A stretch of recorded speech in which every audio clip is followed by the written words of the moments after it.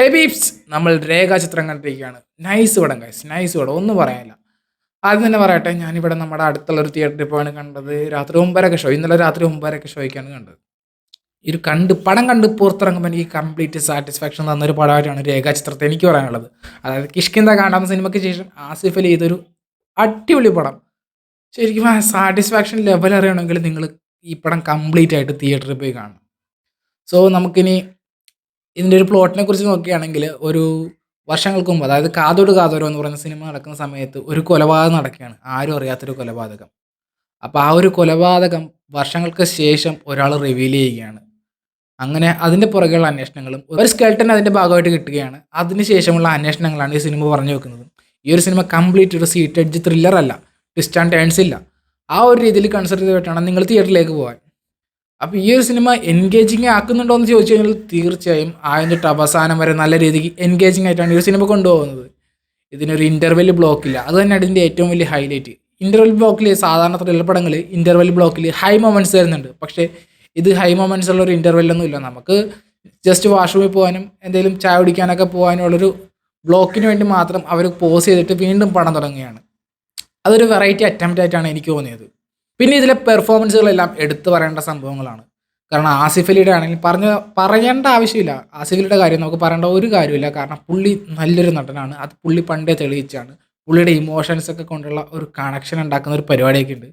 അതൊക്കെ വെറുതെ വൈബാണ്. പിന്നെ അനശ്വര രാജൻ, പുള്ളിക്കാരിയുടെ കാര്യവും പറയേണ്ട ആവശ്യമില്ല, നല്ല വൃത്തിയായിട്ട് ചെയ്തു വെച്ചിട്ടുണ്ട്. പക്ഷേ ഞെട്ടിച്ചത് സരൻ ഷിഹാബ് എന്ന് പറയുന്ന ആട്ടത്തിലൊക്കെ നമ്മൾ കണ്ട ആ ഒരു നടിയായിരുന്നു. അവരെ പെർഫോമൻസ് ഒരു രക്ഷയില്ല ഗൈസ്. അത് ഒരു വല്ലാത്തൊരു ജാതി പെർഫോമൻസ് ആയിപ്പോയി. പിന്നെ ക്ലൈമാക്സിൽ കാണിക്കുന്ന ഒരു അമ്മൂമ്മ, അതാരാ ചെയ്തതെന്ന് എനിക്കറിയില്ല. പക്ഷേ അവര് പെർഫെക്റ്റ്. അവരെ കാണുമ്പോൾ തന്നെ പേടി വരുന്നൊരു വൈബായിരുന്നു തിയേറ്ററിൽ ഉണ്ടായിരുന്നത്.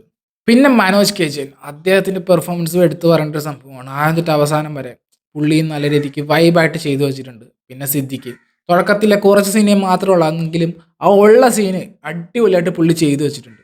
പിന്നെ അവിടെ ഇവിടെയും വന്നു പോയവരും നിന്നവരും എല്ലാവരും നന്നായിട്ട് തന്നെ ചെയ്തിട്ടുണ്ട്. പിന്നെ ഇതിൻ്റെ പറയുന്നത് ഡീറ്റെയിലിങ്ങിനെ കുറിച്ചാണ്. അതായത് ഈ 2 കാലഘട്ടങ്ങളാണ് ഈ സിനിമയിൽ കാണിക്കുന്നത്.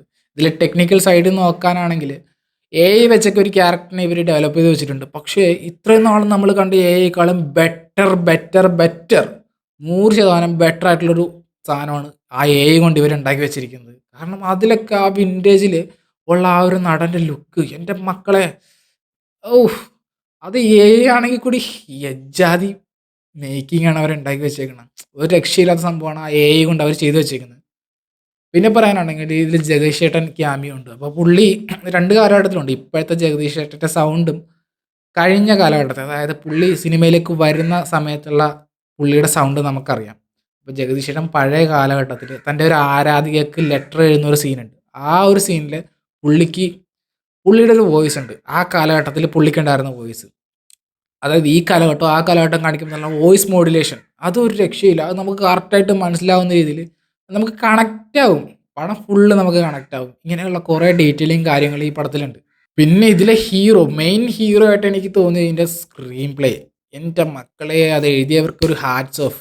അവരെയാണ് നമിക്കേണ്ടത്. കാരണം എല്ലാ പടത്തിൽ നിന്നും കണക്ഷൻ ഉണ്ടാക്കിയിട്ട് എല്ലാം കൂടി കൂട്ടിച്ചേർക്കുമ്പോൾ കിട്ടുന്നൊരു സാറ്റിസ്ഫാക്ഷൻ ഇല്ലേ, അത് സിനിമകൾ കൊണ്ട് സിനിമ ഉണ്ടാക്കുക. Once upon a time in Hollywood എന്നൊക്കെ പറയുന്ന ടാരന്റീനോ പടങ്ങളൊക്കെ പോലെ സിനിമകൾ കൊണ്ട് സിനിമ ഉണ്ടാക്കി വെച്ചിരിക്കുന്നു. വാവ്, ഈ പടം അവസാനിച്ചപ്പോൾ എനിക്ക് വാവ്, കൊള്ളാം, എന്തായാലും തിയേറ്ററിൽ വന്നത് നന്നായി എന്നൊരു ഫീൽ ഉണ്ടാക്കാൻ ഒരു സിനിമയ്ക്ക് സാധിച്ചു. പിന്നെ ഇതിൻ്റെ ഡയറക്ടർ ജോഫിൻ ടി ചാക്കോ, പുള്ളിയെക്കുറിച്ച് എടുത്തു പറയണം. പുള്ളി ഒരു കയ്യടി അർഹിക്കുന്നുണ്ട്. കാരണം അമ്മാതിരി പടമാണ് എടുത്തു വെച്ചേക്കണം. നിങ്ങളൊന്ന് ആലോചിച്ച് നോക്കിയാൽ, നമ്മൾ കണ്ടു വളർന്ന ത്രില്ലർ, 5-ാം പതിര, മെമ്മറീസ്, ദൃശ്യം, ട്വിസ്റ്റ് ആൻഡ് ടേൺസ് കൊണ്ട് നിറഞ്ഞ ഒരുപാട് പടങ്ങൾ നമ്മൾ കണ്ടിട്ടുണ്ട്. പക്ഷേ ഒരു കേസ് അന്വേഷണവും അത് ഒരു തരി ലാഗില്ലാതെ, ഇൻ്റർവെൽ ബ്ലോക്കിൽ ഒരു ഹൈ മൊമെൻ്റ് ഇല്ലാതെ, ക്ലൈമാക്സിൽ ഒരു ഹൈ മൊമെൻ്റ് ഇല്ലാതെ ഈ സ്റ്റോറി ഇവിടെ ചെന്ന് അവസാനിക്കുമെന്ന് അറിയാമായിരുന്നിട്ട് കൂടി ഇത് കാണാൻ നമുക്ക് തോന്നും. അമ്മാതിരി മേക്കിംഗ് ആണ് അവരെടുത്തു വെച്ചിരിക്കുന്നത്. Guys, please watch in theatres. Because ഇത് തിയേറ്റർ വാച്ച് ഡിമാൻഡ് ചെയ്യുന്നൊരു സിനിമയാണ്. ഇതൊരിക്കലും നിങ്ങൾ മിസ് ചെയ്യരുത് എന്നത് മാത്രമാണ് എനിക്ക് പറയാനുള്ളത്. തിയേറ്ററിൽ പോയി സിനിമ കാണുന്ന ഒരാൾക്ക് ഇപ്പോൾ കൊടുക്കുന്ന പൈസ മുതലാക്കാൻ പറ്റുന്നൊരു പടം. ഇത് എൻ്റെ ഒപ്പീനിയനാണ്. നിങ്ങൾക്ക് ഇത് എങ്ങനെ ആയിരിക്കും എന്നറിയില്ല. ഒരു കാര്യം നിങ്ങൾക്ക് ഉറപ്പ് വരാം, ട്വിസ്റ്റ് ആൻഡ് ടേൺസ് കാണാനാണെങ്കിൽ, അല്ലെങ്കിൽ ദൃശ്യത്തിലും മെമ്മറീസിലും 5-ാം പതിരയിലൊക്കെ കണ്ട ടേൺസൊക്കെ കണ്ടിട്ട് നിങ്ങൾ തിയേറ്ററിലേക്ക് പോകാനാണെങ്കിൽ ആ ഒരു സാധനമല്ല ഇവിടെ. ഇതൊരു considering this movie as A drama, ഒരു ഇൻവെസ്റ്റിഗേറ്റീവ് ഡ്രാമയാണ് ഈ പടം. ആ ഒരു ഇൻവെസ്റ്റിഗേഷൻ്റെ ഫ്ലോയിലൂടെ അതിൽ ക്യാരക്ടർ അനുഭവിക്കുന്ന ഇമോഷൻസിലൂടെ നമുക്ക് കടന്നു പോകാൻ സാധിക്കും. ശരിക്കും അതിൽ സീൻ ബൈ സീൻ നമ്മുടെ മനസ്സിൽ പതിയും. ഇതിൻ്റെ സിനിമോട്ടോഗ്രാഫിയും എടുത്തു പറയേണ്ടതാണ്. കാടും മലകളും ഒക്കെ അടിപൊളിയായിട്ടൊക്കെ എടുത്തു വെച്ചിട്ടുണ്ട്. So please do watch. ഇത് ഫാമിലി ആയിട്ട് തിയേറ്ററിൽ പോയി കണ്ട് ആസ്വദിക്കാൻ പറ്റിയൊരു അടിപൊളി പടമാണ്. അപ്പോൾ എല്ലാവരും തിയേറ്ററിൽ പോയി തന്നെ കാണുക. അപ്പോൾ മറ്റൊരു ദിവസം മറ്റു വീഡിയോയിലേക്ക് it's my Mahesh signing out.